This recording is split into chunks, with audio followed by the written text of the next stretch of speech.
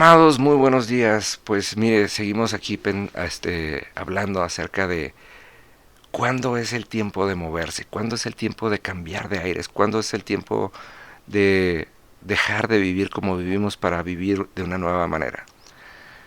Yo no puedo dejar de pensar en Jacob cuando pienso en esto. Jacob, fíjese nada más es esto. Jacob era el segundo de los hijos, pero él anhelaba la bendición del primero. Lo interesante es que nunca se puso a pensar en la bendición que había para su propia vida o de la intimidad que podía tener. Hay una tremenda diferencia entre Jacob y su hijo José. A José le fue pero como en feria.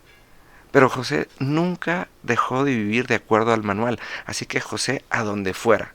Ahora sí que el día que lo vendieron como esclavo a casa de Potifar, el día que lo metieron a la cárcel o el día que llegó a Egipto, siempre vivió en una situación de privilegio, de gobierno y nunca tuvo escasez. José nunca tuvo que decir Dios por algo hace las cosas. Jacob, sin embargo, todo el tiempo estuvo tratando de obtener algo que él creía que a lo mejor no merecía y que tenía que robárselo. Por eso vivía de acuerdo al significado de su nombre. Su nombre significa el engañador, el tranza. Entonces Jacob compró una primogenitura a cambio de un plato de lentejas. Jacob se disfrazó de su hermano para recibir bendición.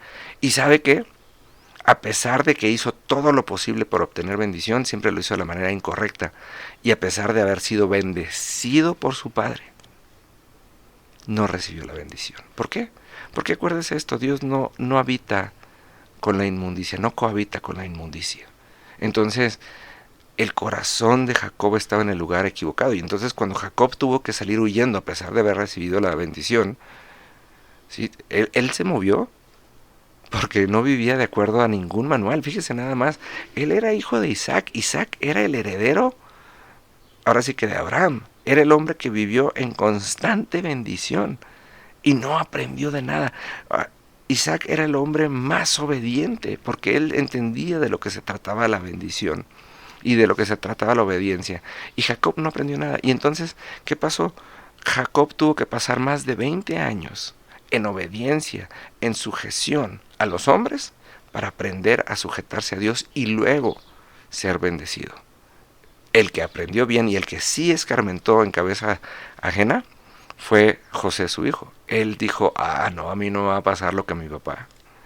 Mire, yo, hay algo que lo platico mucho.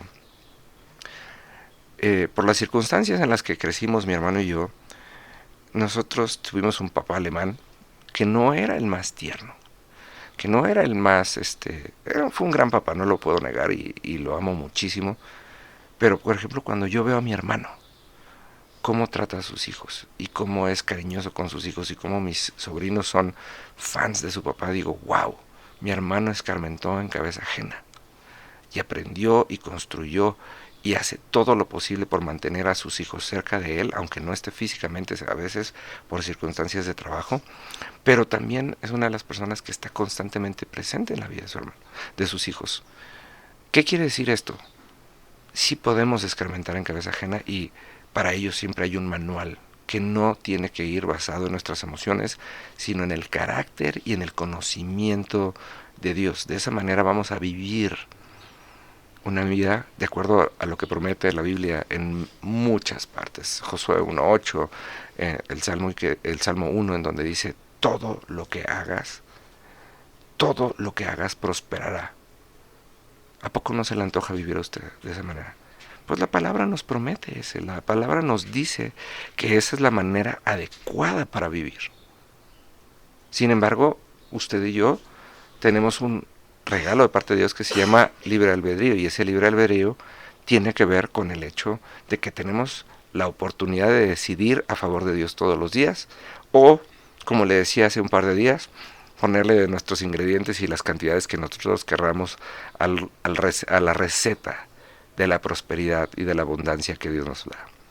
Acuérdese que la receta dice que la receta dice que tenemos que perseverar en la palabra de Dios y sobre todo que vivimos para un propósito ulterior, más allá de nosotros mismos, que es el famoso reino de los cielos. Entonces, cuando decidimos vivir de acuerdo al recetario, vamos a evitar los problemas, no vamos a evitar las situaciones incómodas, pero vamos a evitar el que nos afecten, porque tenemos nuestros ojos puestos en la garantía del Dios de los cielos. Cuando dejamos de vivir de acuerdo al recetario, entonces es cuando nos damos cuenta que es tiempo de movernos. Y podemos evitar ese famoso tocar fondo cuando ponemos nuestras emociones a un lado y nos guiamos por la verdad, por la palabra de Dios. Acuérdense que la Biblia dice que conoceremos la verdad y esta nos hará libres. Así que, amados, mañana les seguimos con este tema. Que Dios los bendiga.